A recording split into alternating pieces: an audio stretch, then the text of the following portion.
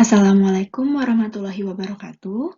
Hari ini Ibu akan mereview kembali materi kesetimbangan ion dalam larutan garam yang telah diajarkan pada pertemuan sebelumnya.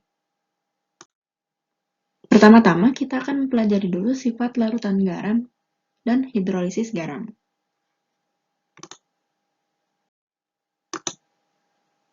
Seperti yang kita pelajari sebelumnya, bahwa reaksi asam ditambah basa akan menghasilkan garam. Namun, apakah semua garam itu bersifat netral? Berikut ini adalah contoh-contoh garam yang ada di kehidupan sehari-hari. Di sini terdapat NaCl atau natrium klorida yang berfungsi sebagai garam dapur, natrium bikarbonat yang berfungsi sebagai baking soda, aluminium klorida yang berfungsi sebagai katalis di dalam industri, natrium fosfat yang merupakan komponen penyusun SP atau sodium fosfat yang berfungsi sebagai pengemulsi dalam pembuatan kue agar adonan dapat menyatu dan stabil, dan ada amonium klorida yang berfungsi sebagai pupuk. Di sini terdapat data hasil percobaan sifat larutan garam yang menyatakan nilai pH dari masing-masing larutan garam tersebut. Ternyata sifat larutan garam ini tidak semuanya netral, ada yang asam dan ada yang basa. Dan apa sih sekiranya yang menyebabkan larutan garam ini itu tidak semuanya bersifat netral, ada yang asam dan ada yang basa? Coba kita perhatikan tabel 2 ini yang menyatakan kekuatan asam basa dari ion-ion penyusun garam. Di sini terdapat NaCl yang terdiri dari kation Na+ dan anion Cl-. Kation Na+ ini berasal dari basa NaOH yang merupakan basa kuat. Sedangkan ion Cl- berasal dari HCl yang merupakan asam kuat juga. Sehingga basa kuat dan asam kuat menjadi netral. Dan mari kita lihat AlCl3 yang terdiri dari kationnya Al3+, yang berasal dari AlOH3 kali yang merupakan basa lemah, dan Cl- yang berasal dari HCl yang merupakan asam kuat. Di sini terlihat bahwa asam kuat lebih dominan daripada basa lemah, kan? Maka sifat garamnya bersifat asam. Begitu pula dengan NaHCl3. Ia terdiri dari Na+ yang berasal dari basa kuat dan HCl3- yang berasal dari asam lemah. Basa kuat lebih mendominasi daripada asam lemahnya, maka sifat larutan tersebut bersifat basa. Maka dari penjelasan tadi, sifat larutan garam dipengaruhi oleh kekuatan asam basa ion-ion penyusun garamnya. Di sini terdapat ilustrasi pelarutan garam NH4Cl. NH4Cl terdiri dari kation NH4+ yang berasal dari basa lemah NH4OH dan Cl- yang berasal dari asam kuat HCl. Padatan NH4Cl ini ketika dilarutkan dalam air akan membentuk ion-ionnya, yaitu NH4+ dan Cl-. Cl- karena dia dari asam kuat dan dia terdisosiasi sempurna, tidak dapat bereaksi dengan air. Sementara NH4+, karena dia terdisosiasi sebagian, karena dia berasal dari basa lemah, dapat bereaksi dengan air. Karena NH4+ bisa bereaksi dengan air, NH4+ ini memecah molekul air untuk bereaksi dengan OH- di dalam molekul air tersebut. Pemecahan molekul air inilah yang disebut dengan hidrolisis.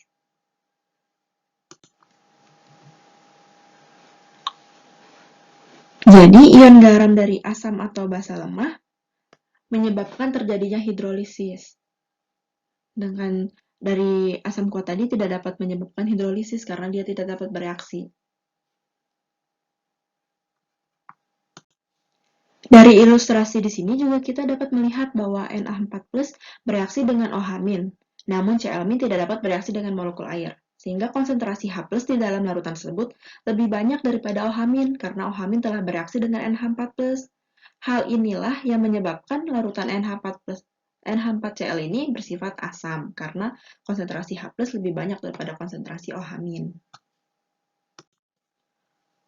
Karena yang ikut andil dalam peristiwa hidrolisis ini hanya ion dari basa lemah, dan asam kuatnya tidak ikut dalam peristiwa hidrolisis ini, maka hidrolisis ini disebut hidrolisis sebagian.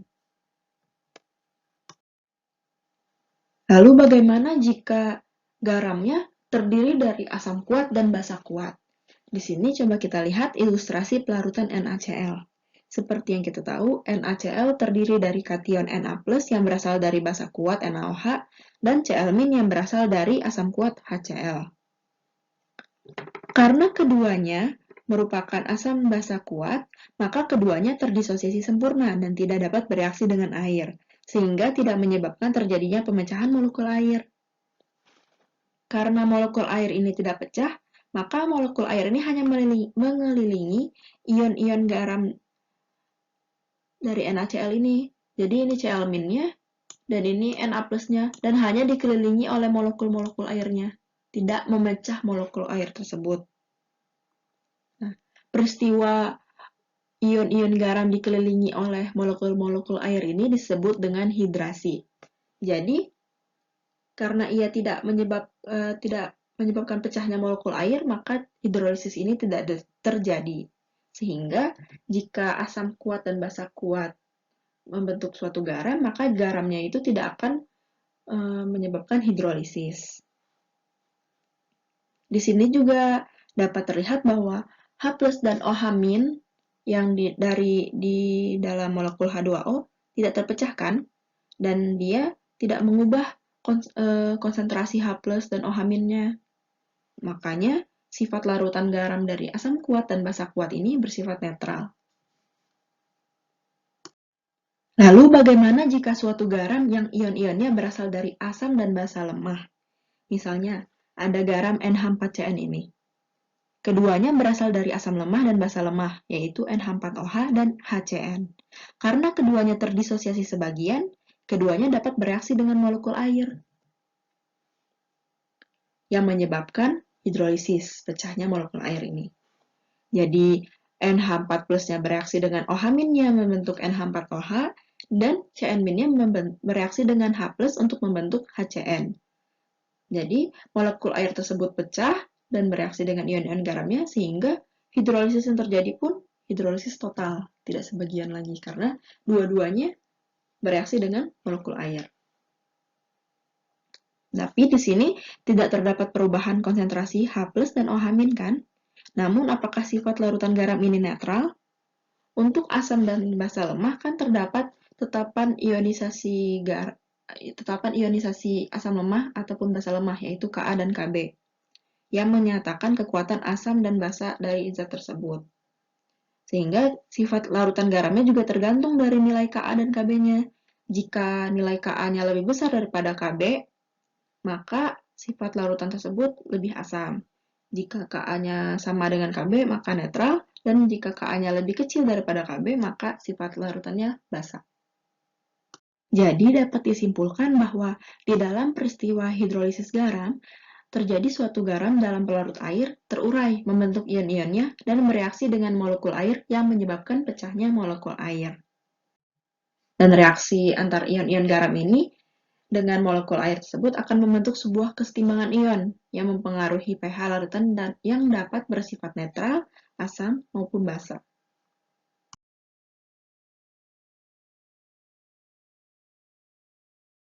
Di sini terdapat garam CH3COONa dan ditanya reaksi hidrolisisnya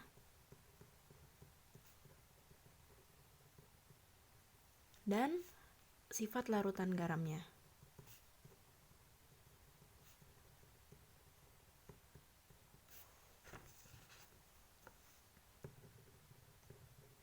Untuk menentukan reaksi hidrolisisnya, kita uraikan dulu garam ini. CH3COONa akan menjadi ion-ionnya yaitu CH3COO- dan Na+. Seperti yang kita tahu, kan Na+ itu kan berasal dari NaOH yang merupakan basa kuat. Maka ia akan terdisosiasi sempurna.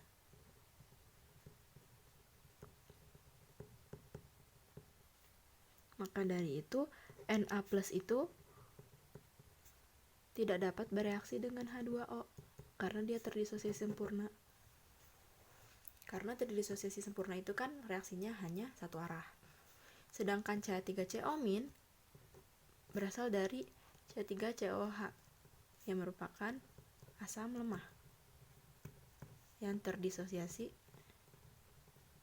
sebagian. Maka CH3COO- dengan H2O dapat bereaksi dengan air. Lalu kita buat dulu di dalam air, kan nih air ditambahin CH3COONA. Sekarang kita akan membahas nomor 2 mengenai garam NH42 kali SO4 yang ditanyakan reaksi hidrolisis dan sifat larutan garamnya. Yang membedakan garam ini dengan garam yang tadi adalah di sini NH42 kali SO4 itu terdiri dari basa lemah dan asam kuat, sedangkan tadi CH3COONA berasal dari asam lemah dan basa kuat. Kita uraikan dulu garamnya. Jadi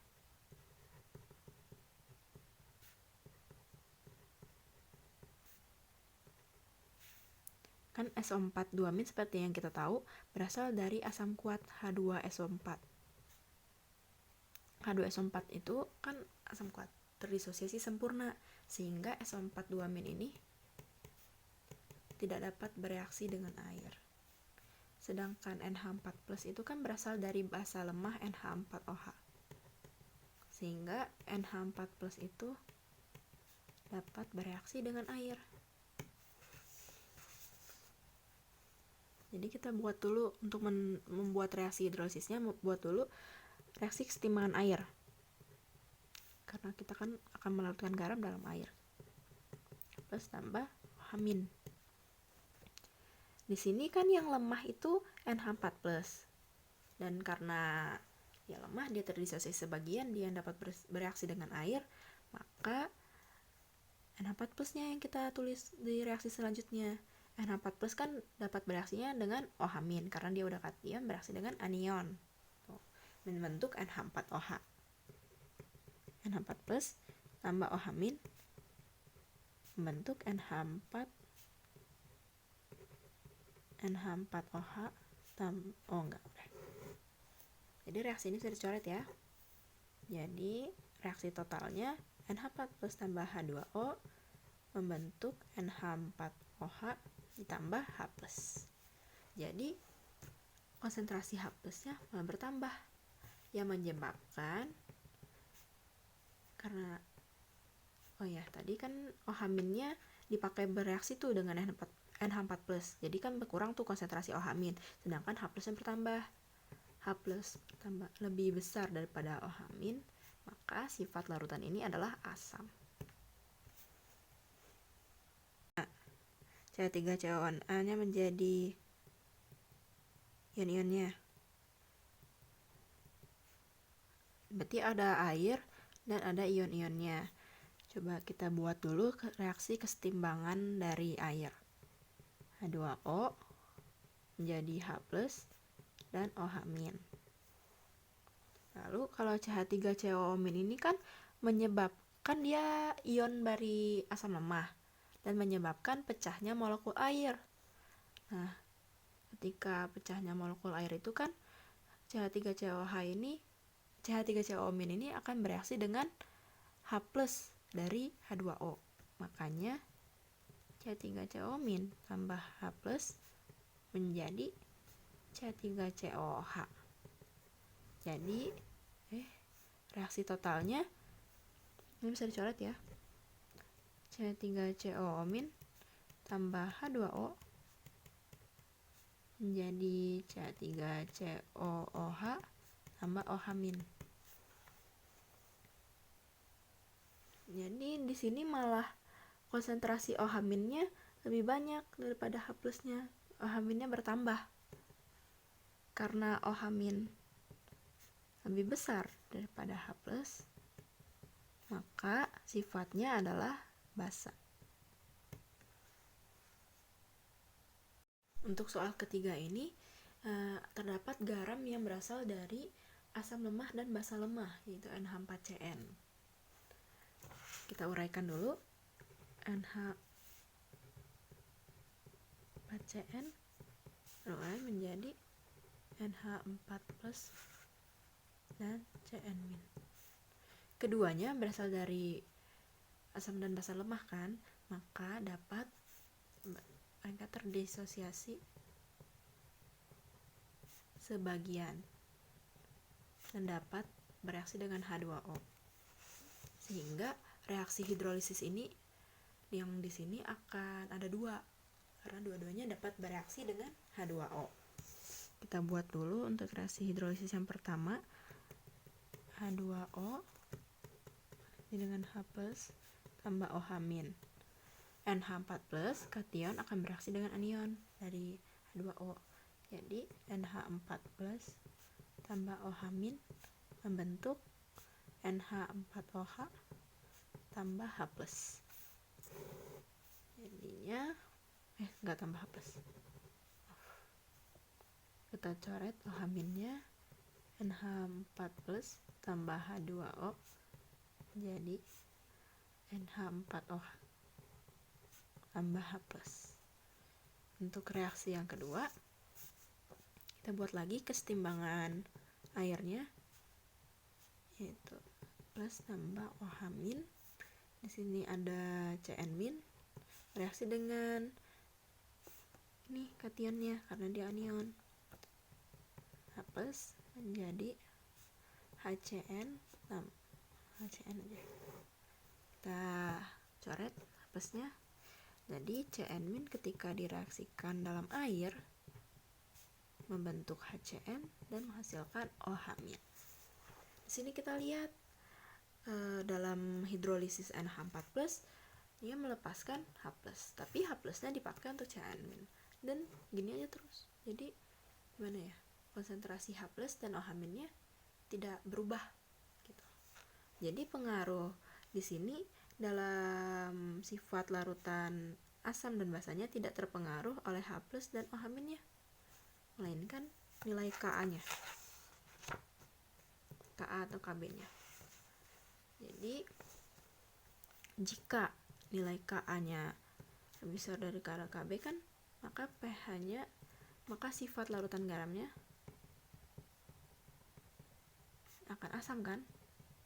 Jika Ka sama dengan Kb, maka akan netral. Jika Ka lebih kecil daripada Kb, maka sifatnya akan basa. Jadi di sini kita dapat melihat bahwa Ka-nya atau tetapan ionisasi asam lemah adalah 10 min 10, 10 pangkat min 10, dan Kb-nya 10 pangkat min 5. Jadi karena Ka-nya lebih kecil daripada Kb, maka sifat basa. Sekarang kita akan membahas mengenai penentuan pH larutan garam. Apa sih yang membedakan pH larutan garam dengan pH asam basa? Dalam pH asam basa kemarin, kita hanya membahas antara asam dan basa kuat saja. Jika asam kuat dan basa kuat direaksikan dan menyisakan suatu asam, maka pH-nya akan di bawah 7. Jika menyisakan basa, maka pH-nya akan di atas 7. Namun jika mereka habis bereaksi, maka sifatnya akan netral atau reaksi netralisasi. Di sini, kita akan membahas mengenai pH suatu garam yang ionnya terdiri antara dari asam atau basa lemah dengan asam dengan atau basa kuat, atau dua-duanya lemah yang habis bereaksi dan membentuk garam. Maka cara perhitungan pH-nya pun akan berbeda tergantung dari ion-ion penyusun garam tersebut. Sebelum kita mempelajari mengenai pH larutan garam, kita akan mempelajari tetapan hidrolisis terlebih dahulu. Jadi yang pertama kasusnya, misalkan garam yang berasal dari asam lemah dan basa kuat. Misalkan basa kuatnya adalah Na dan asam lemahnya adalah A. Jadi garam NaA. Larutannya menjadi Na plus tambah amin.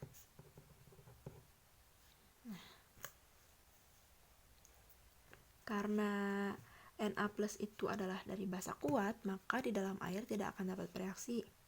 Sedangkan amin berasal dari asam lemah dan dapat bereaksi karena dia terdisosiasi sebagian.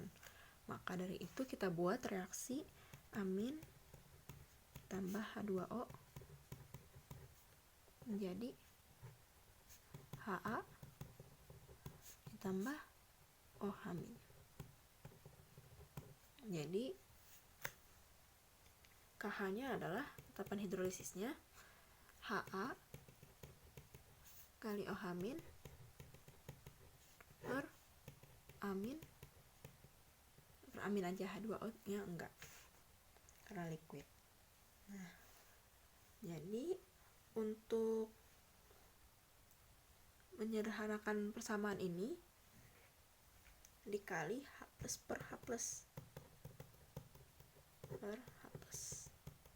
karena ini jumlahnya satu ya, dikali 1 H plus per H plus, dan maka diperoleh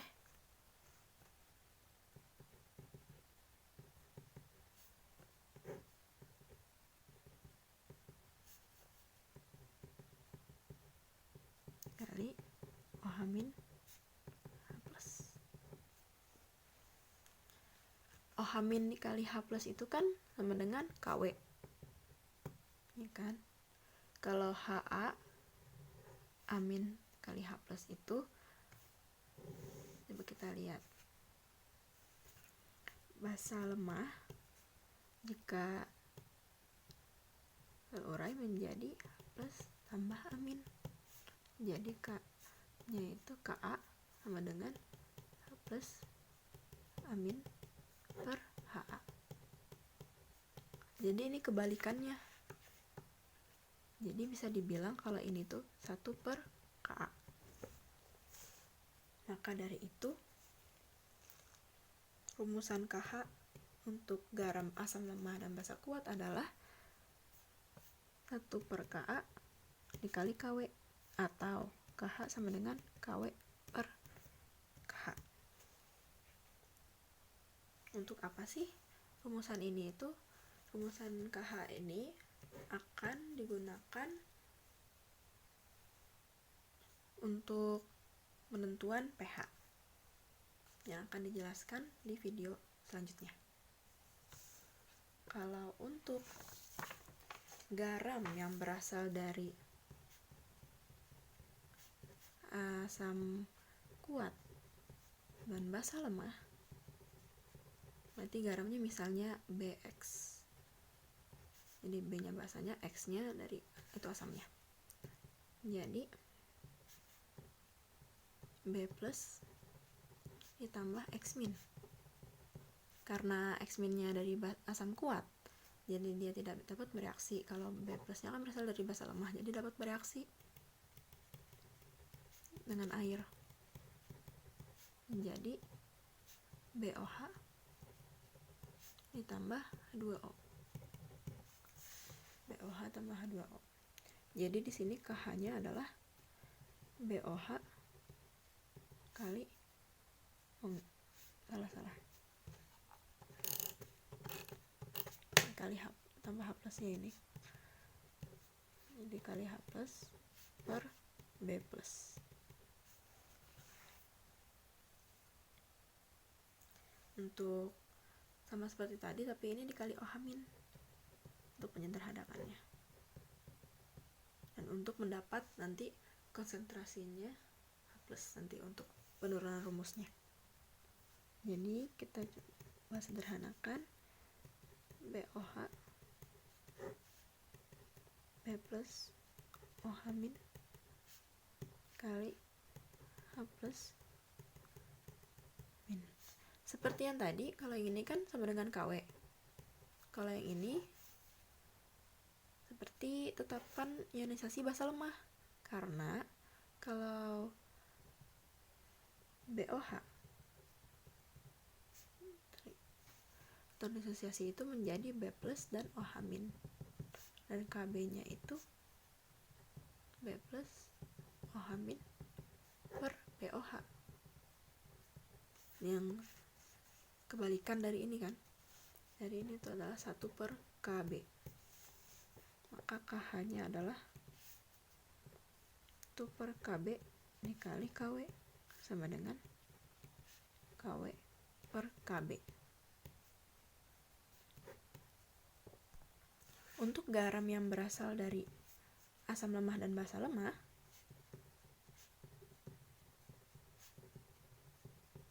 kita misalkan ionnya itu adalah amin ditambah B+, dilarutkan dalam air, membentuk BOH dan HA. Jadi KH-nya itu kan BOH dikali HA per amin dikali B-. Nah, untuk menyederhanakannya sama-sama dikali 1. Tapi satunya ini plus OH- per H plus dan OH-. Nilainya 1 kan. Nah, ini jadi sama dengan BOH kali HA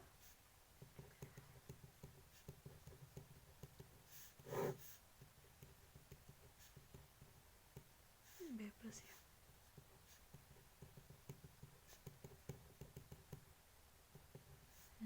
Seperti yang tahu kan ini kan jadi KW nanti.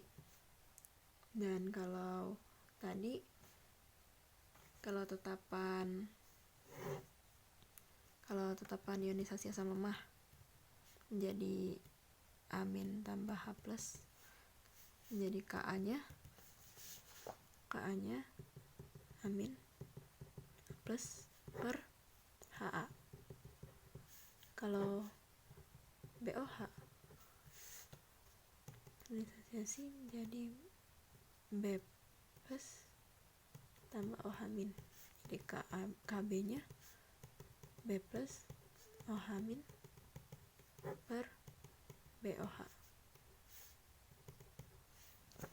Jadi kan tadi 1 per, kan ada 1 per KB, jadi ini bisa diidentifikasi kalau amin dikali H plus per HA itu sama dengan KA. Yang ini amin H plus HA ada ya, dan ini ada B plus OH- BOH, B plus OH- BOH. Jadi bisa disederhanakan lagi menjadi BOH per B plus OH- dikali HA amin H plus kali H plus OH-. Nah, di sini adalah KW. Di sini adalah kebalikan dari KA, yaitu 1 per KA. Dan ini adalah kebalikan dari KB, 1 per KB. Jadi, dapat disimpulkan bahwa KH di asam lemah dan basa lemah ini adalah KW per KB dikali KA.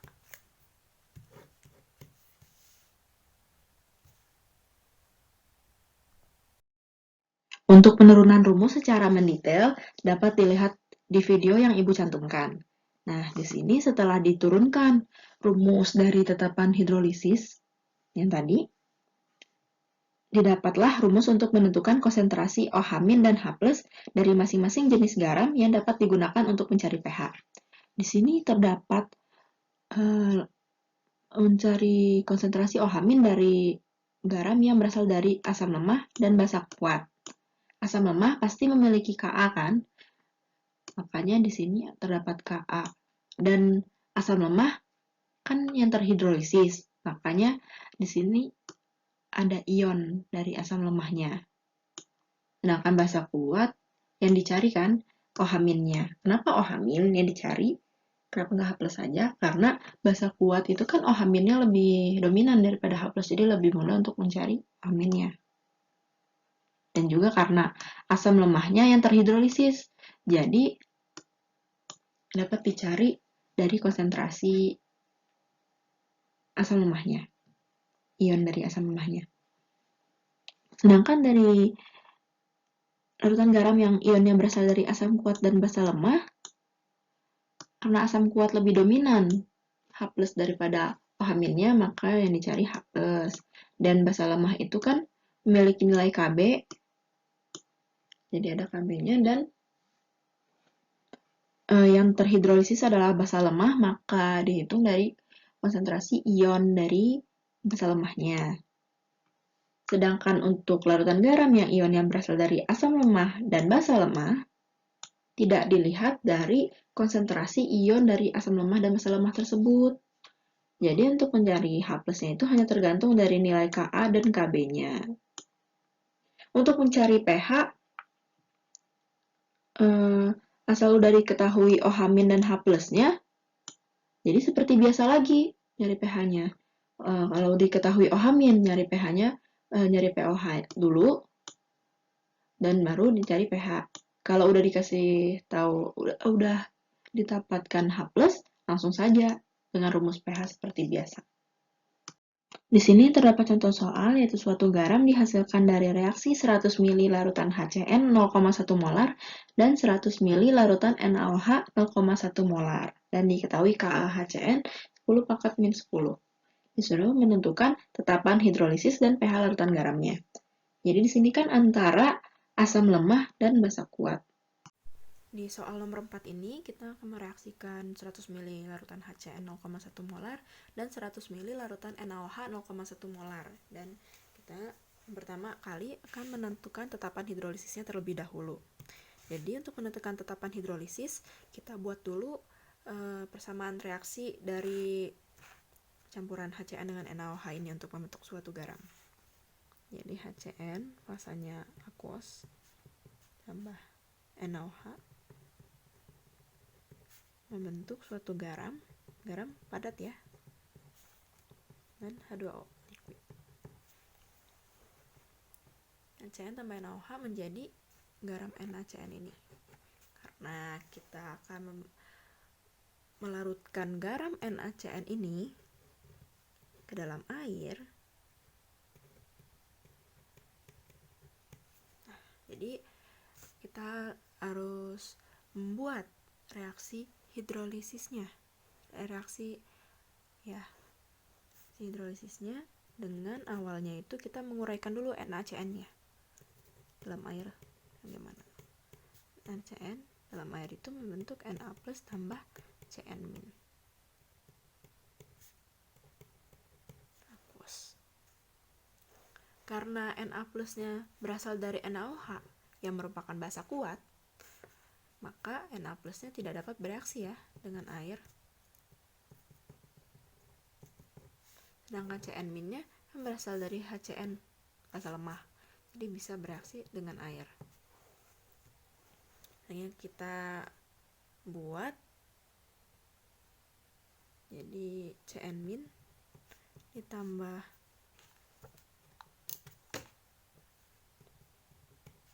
H2O menjadi HCN tambah OH-. Di sini kita bisa menentukan tetapan hidrolisisnya, yaitu produk per reaktan. Produknya HCN, konsentrasi HCN dan konsentrasi OH- per konsentrasi Cn-. Yang liquid tidak dihitung ya. Untuk tetapan hidrolisis seperti ini. Dan untuk mencari pH larutan garam,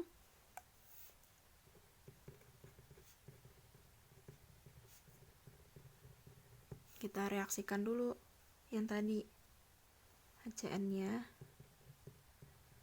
tambah NaOH membentuk NaCN tambah H2O. Jadi kan tadi udah diketahui tuh HCN 0,1 molar, volumenya 100 ml. Jadi dapat diketahui ya, molnya sama dengan 10 milimol. Begitu juga NaOH, molnya 10 milimol. Kita masukkan ke persamaan reaksi ini, mula-mula reaksi sisa. Jadi HCN tadi 10 milimol NaOH 10 milimol. Habis bereaksi ya ini.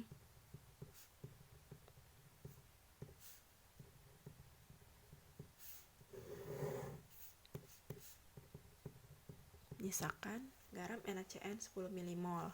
Jadi NaCN-nya kita uraikan menjadi Na plus dan Cn min.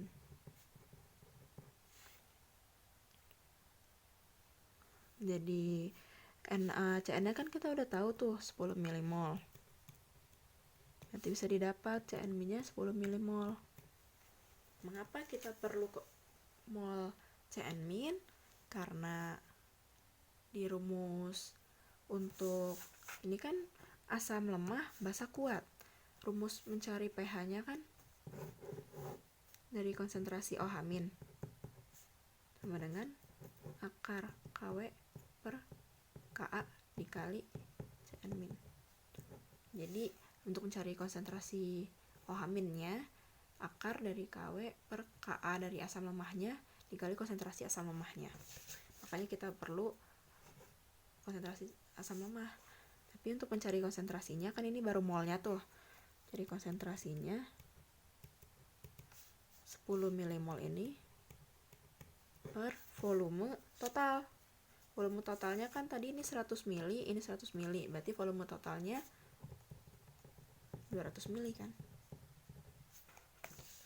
Jadi ini 200 mili. Dengan berarti 5 kali 10 pangkat min 2 molar. Kita pindah ke